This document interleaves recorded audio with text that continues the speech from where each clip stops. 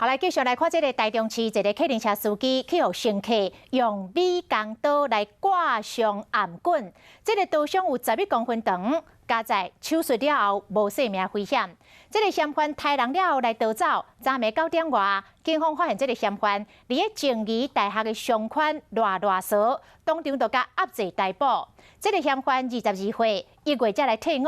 ，2月就来犯下窃盗案。因为找无头路，无钱通开，就起歹念头，揸着美工刀随机来砸客停车抢劫，搁甲司机来挂着伤，犯着加重强盗罪，上少就要坐监坐7年。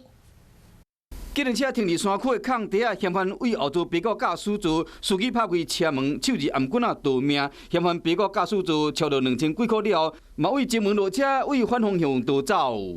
司机颔棍啊，互嫌犯举美工刀挂一条差不多11公分长的空喙，伊忍痛落山报警求救。加在送医了后，手术顺利，转到普通病房。因某用笔写讲多谢大家关心，因身体状况真稳定，想要安静啊休困，代志交警方处理。嫌犯做完了后，惊小路啊，想要被警方依然被掌握行踪。警方调监视器发现讲，伊行到区公所前的便利商店买饮料果粉，请店员叫计程车坐到静宜大学上款，住伫当地汽车旅馆，伫上款的设计时，和便衣警察前后包围起来。看到他的衣着跟嫌犯特征一模一样，那身上还有血渍，所以我们很断定这个就是犯嫌。那我们同仁从后面压制，他自己也觉得莫名其妙，警方怎么这么快的来锁定他？警方调查22岁姓杨的嫌犯，今年1月才退伍，2月份伫台中犯窃盗案，有一个前科一直拢无头路，一个无所谓，煞动弯脑筋，炸美工刀随机砸计程车去山区共抢劫。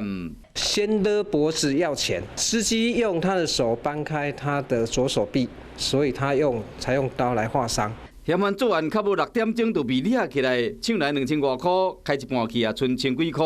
举刀啊抢劫，搁抬伤司机，依照加重强盗罪，上少要面对7年的徒刑。